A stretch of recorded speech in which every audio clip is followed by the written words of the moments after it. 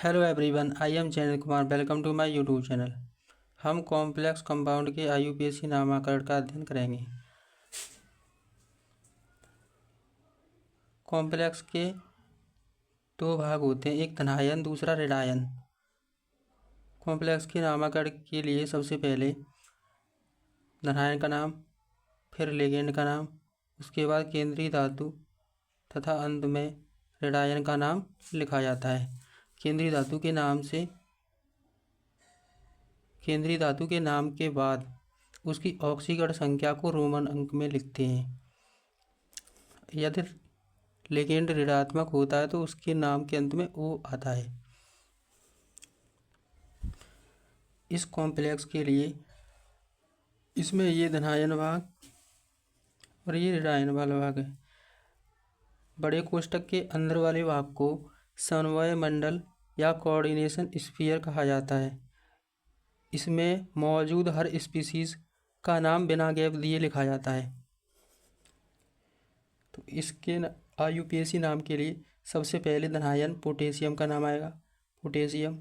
उसके बाद लिगेंड, ये लिगेंड संख्या में 4 हैं तो 4 के लिए टेट्रा का प्रयोग करते हैं। साइनाइड का आईयूपीएसी नाम साइनो होता है तो टेट्रा साइनो हो जाएगा। उसके बाद केंद्रीय धातु निकेल, इसकी ऑक्सीकरण संख्या इसके सामने लिखी जाएगी। ये ऋणायन का भाग है, इसलिए केंद्रीय धातु निकेल के नाम के अंत में 8 जोड़ा जाएगा जिससे ये निकलेट हो जाएगा। उसके बाद इसकी ऑक्सीकरण संख्या इसके सामने लिखेंगे। निकेल की ऑक्सीकरण संख्या के लिए पोटेशियम 2 है, प्रत्येक की संयोगिता 1 होती है तो 1 से गुणा करेंगे। निकेल की ऑक्सीकरण संख्या को x मान लेंगे। साइनाइड की संयोजकता -1 होती है और ये संख्या में 4 हैं तो 4 गुणा -1 करेंगे, इसे 0 के बराबर कर देंगे। कॉम्प्लेक्स की सभी संयोगिता का योग 0 होता है तो यहाँ से निकेल की ऑक्सीकरण संख्या 2 निकल के आएगी जिसे यहाँ लिख देंगे। इसका आईयूपीएसी नाम हो जाएगा पोटेशियम टेट्रा साइनो निकलेट 2।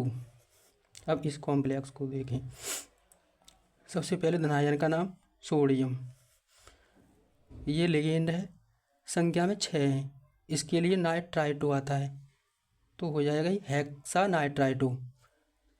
इसमें दाता परमाणु नाइट्रोजन होता है इसलिए इसके लिए N लिखा जाएगा तो ये हो जाएगा हेक्सा नाइट्राइटो N। उसके बाद केंद्रीय धातु के नाम ऐसे ही आएगा, क्रोमियम। क्रोमियम की ऑक्सीकरण संख्या निकालने के लिए सोडियम की संयोगिता 1 होती है, इसे 3 से गुणा करेंगे तो 3 हो जाएगा। क्रोमियम की ऑक्सीकरण संख्या को x मान लेंगे। नाइट्राइट की संयोगिता -1 होती है, ये संख्या में 6 है तो 6 से गुणा करेंगे, 6 गुणा -1, इसे सबको 0 के बराबर कर देंगे।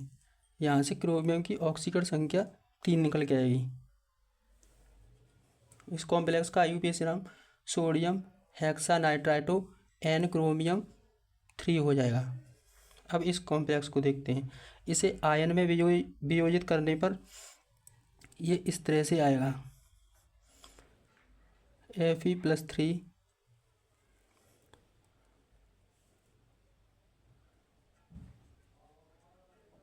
FeCN/6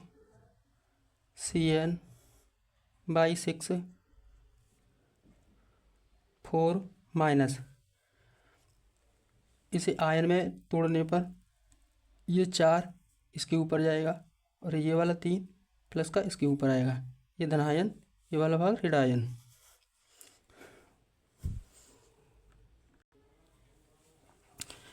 ये धनायन, ये भाग ऋणायन। इसकी ऑक्सीकरण संख्या इसकी संयोगिता के बराबर होगी। इसका नाम लिखेंगे आयरन 3rd।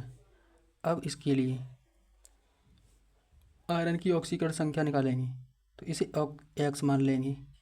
साइनाइड की -1 होती है और ये संख्या में 6 है तो 6 गुणा -1, किसी आयन की ऑक्सीकरण संख्या उस पर चार्ज के बराबर होती है तो इसे -4 के बराबर करेंगे। यहाँ से x - 6 बराबर -4 निकल के आएगा। यहाँ से x का मान 2 निकल के आएगा। तो इस आयरन की ऑक्सीकरण संख्या 2 हो जाएगी। तो इसका IUPAC नाम लिखेंगे आयरन थर्ड। इसकी ऑक्सीकरण संख्या 3 आई है, तो आयरन थर्ड। अब हेक्सा साइनो, ये ऋण आयन का भाग है, इसलिए फेरम में 8 आएगा, तो फेरेट हो जाएगा, फेरेट। इसकी ऑक्सीकरण संख्या लिखेंगे यहाँ पे 2। तो इसका IUPAC नाम हो जाएगा आयरन 3 हेक्सा साइनो फेरेट 2। अब इस कॉम्प्लेक्स का नाम लिखेंगे। सबसे पहले धनायन का नाम पोटेशियम।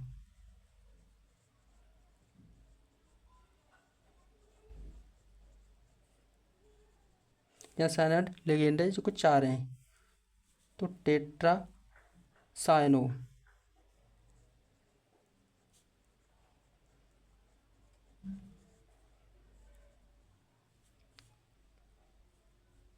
ये भाग ऋण आयन वाला है, ये धनायन वाला था। ये केंद्रीय धातु ऋण आयन का भाग है, इसलिए इसमें नाम में 8 लगाएंगे बाद में, तो हो जाएगा निकलेट।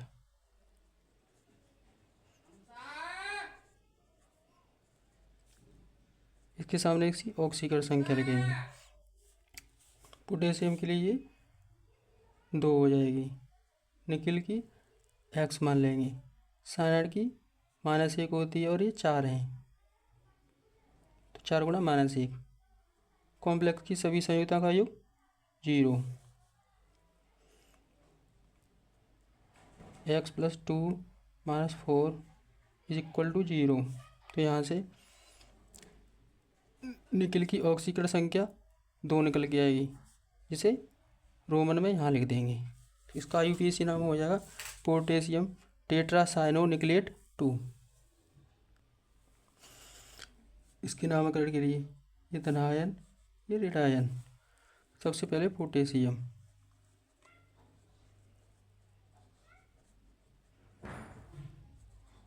साइनाइड लिगेंड है जो संख्या में 6 हैं, 6 के लिए हेक्सा, साइनाइड के लिए साइनो लिखेंगे, तो हो जाएगा हेक्सा साइनो।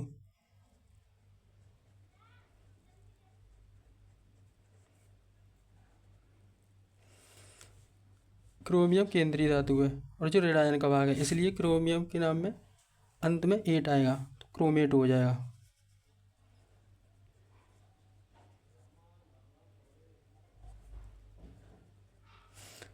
इसके सामने इसकी ऑक्सीकरण संख्या लिखेंगे। इसकी ऑक्सीकरण संख्या निकालने के लिए पोटेशियम की 1 होती है और 3 है, तो 3 हो जाएगी। क्रोमियम की x मान लेंगे, साइनाइड की -1 होती है और 6 है संख्या में, तो 6 गुणा -1। कॉम्प्लेक्स की सभी संयुक्तों का सम 0। यहाँ से x + 3 - 6 = 0। तो क्रोमियम की ऑक्सीकरण संख्या 3 निकल के आएगी, इसे यहाँ रोमन में 3 लिख देंगे। इसका IUPAC नाम पोटेशियम हेक्सासाइनो क्रोमेट 3 हो जाएगा। इसका IUPAC नाम के लिए सबसे पहले धनायन पोटेशियम का नाम,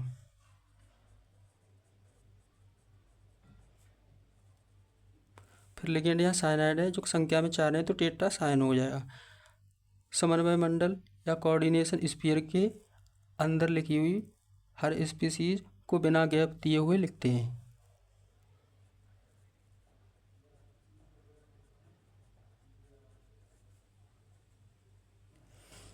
केंद्रीय धातु निकिल है, ये ऋण आयन का भाग है, इसलिए इसके नाम में अंत में 8 आएगी, तो निकलेट हो जाएगा।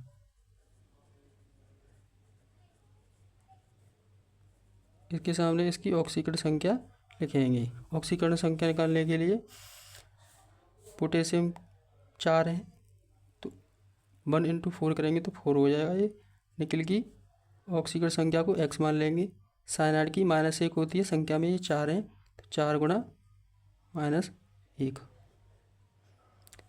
कॉम्प्लेक्स की सभी संयुक्तों का सम 0 होता है, तो यहाँ x + 4 - 4 = 0, तो ये 0 निकल के आएगी। इसे 0 को लिख देंगे, क्योंकि 0 को रोमन में लिख नहीं सकते और दूसरा कोई विकल्प है नहीं, इसलिए 0 को 0 ही लिखा जाएगा। इस कॉम्प्लेक्स के लिए ये धनायन, ये ऋणायन। सबसे पहले धनायन का नाम,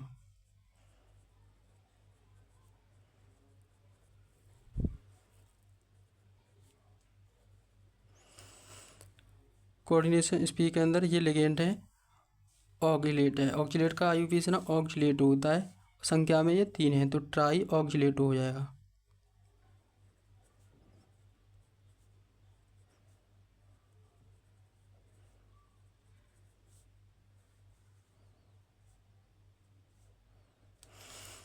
अब केंद्रीय धातु यहाँ आयरन है और ये रेडायन का भाग है, इसलिए फेरम में 8 जोड़ देंगे तो फेरेट हो जाएगा। इसके सामने इसकी ऑक्सीकरण संख्या लिखी जाएगी। इसकी ऑक्सीकरण संख्या निकालने के लिए पोटेशियम के लिए 3 हो जाएगा, पोटेशियम से संयोजकता 1 होती है, तो 1 गुणा 3 करेंगे 3 हो जाएगा। आयरन की ऑक्सीकरण संख्या को x मान लेंगे। ऑक्जिलेट की संयोजकता -2 होती है और ये संख्या में 3 है, तो 3 गुणा -2 बराबर 0 करेंगे। यहाँ से ये x + 3 - 6 बराबर 0 हो जाएगा, जहाँ से आयरन की ऑक्सीकरण संख्या +3 निकल के आएगी। इसे यहाँ रोमन में लिख देंगे। इसका आईयूपीएसी नाम पोटेशियम ट्राई ऑक्जिलेटो फेरेट 3 हो जाएगा। इसका आईयूपीएसी नाम लिखेंगे। ये धनायन का भाग है, ये ऋणायन का भाग है। सबसे पहले धनायन का नाम पोटेशियम,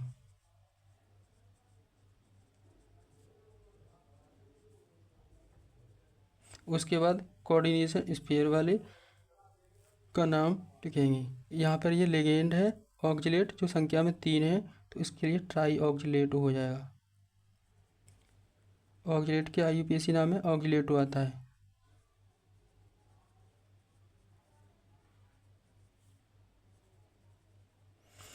कोबाल्ट यहाँ ऋणायन का भाग है, इसलिए कोबाल्ट के नाम में 8 जोड़ेंगे तो कोबाल्टेट हो जाएगा।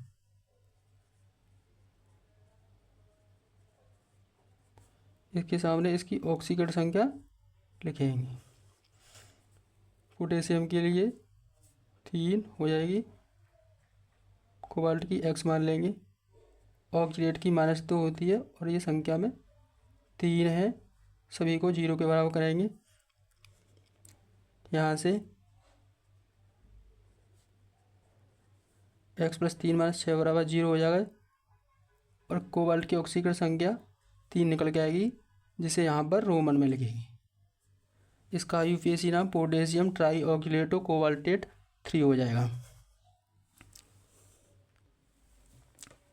इसके लिए इसका आईयूपीएसी नाम लिखने के लिए ये धनायन, ये ऋणायन, इसमें 2 लिगेंड हैं, एक ब्रोमीन है, एक एमीन। तो सबसे पहले धनायन का नाम,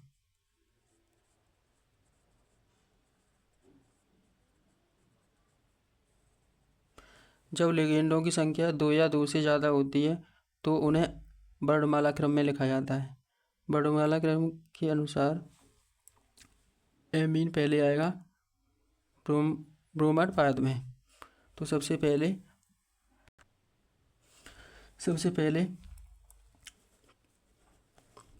एमीन इंग्लिश अल्फ़ाबेट में ए से शुरू होता है, एमीन आएगा।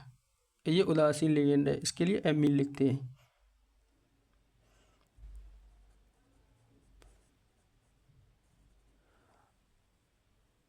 अब ब्रोमाइड 3 है, इसके लिए ब्रोमीडो,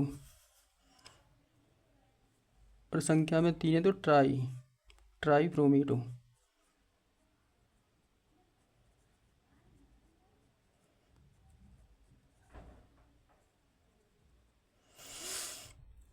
ये केंद्रीय धातु प्लेटिनम ऋणायन का भाग है, इसीलिए प्लेटिनम में 8 जोड़ेंगे तो प्लेटिनेट हो जाएगा।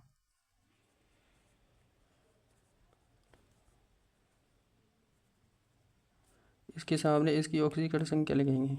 ऑक्सीकरण संख्या निकालने के लिए पोटेशियम की 1, प्लेटिनम की x मान लेंगे, ब्रोमीन की 3 × -1, एमीन उदासीन लिखेंगे, इसकी संयोगिता कुछ होती नहीं है, बराबर 0। तो x + 1 - 3 = 0। तो यहाँ से प्लेटिनम की ऑक्सीकरण संख्या 2 निकल के आएगी, इसे यहाँ पर लिख देंगे।